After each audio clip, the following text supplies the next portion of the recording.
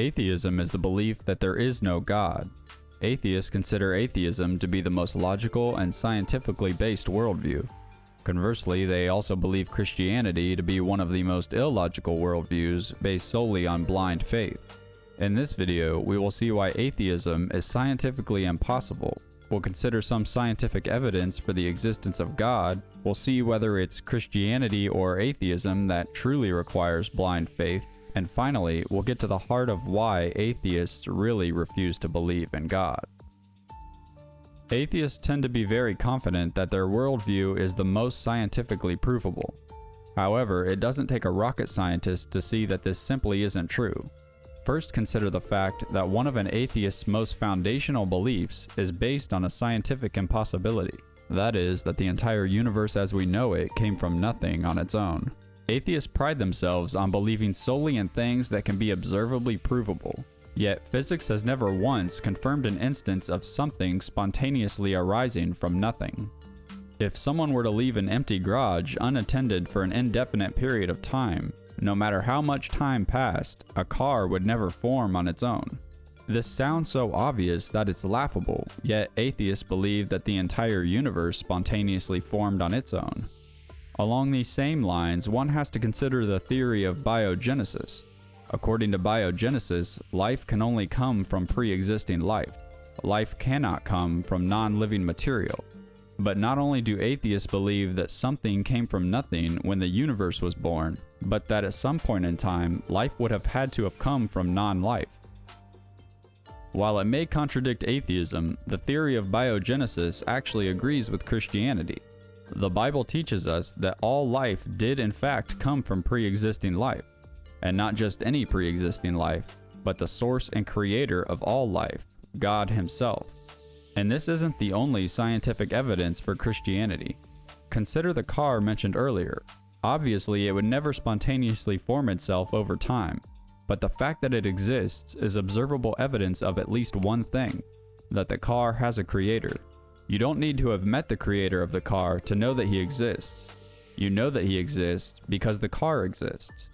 In fact, to say that the car's creator doesn't exist simply because you have never seen him would be completely foolish. Romans 1:19 and 20 says, "For what can be known about God is plain to them, because God has shown it to them. For His invisible attributes, namely His eternal power and divine nature, has been clearly perceived ever since the creation of the world and the things that have been made, so they are without excuse." So what observable evidence do we have for the existence of God? The existence of creation. The fact that creation exists is observable proof of the Creator. Having said all this, as much as a Christian and an atheist could debate science, and as useful and beneficial as science can be, science itself isn't enough to provide full definitive proof of the origins of the universe. This is simply because none of us were there to observe and test whether or not there was a Big Bang or a big God who created everything.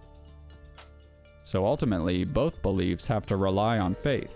However, Christianity is not a blind faith. The Bible itself, especially the Gospels and Epistles, is written eyewitness testimony to actual historical events. And not only that, but we also have our conscience. Romans 2:15 says that the law is written on our hearts, and that our conscience also bears witness. Is it really a coincidence that our conscience happens to be based on the law of God, the 10 Commandments? We instinctively know that it's wrong to lie, steal, murder, and the rest. Atheism cannot account for that. Ultimately, though, a lack of evidence is not at the heart of why an atheist, or anyone, rejects the existence of God.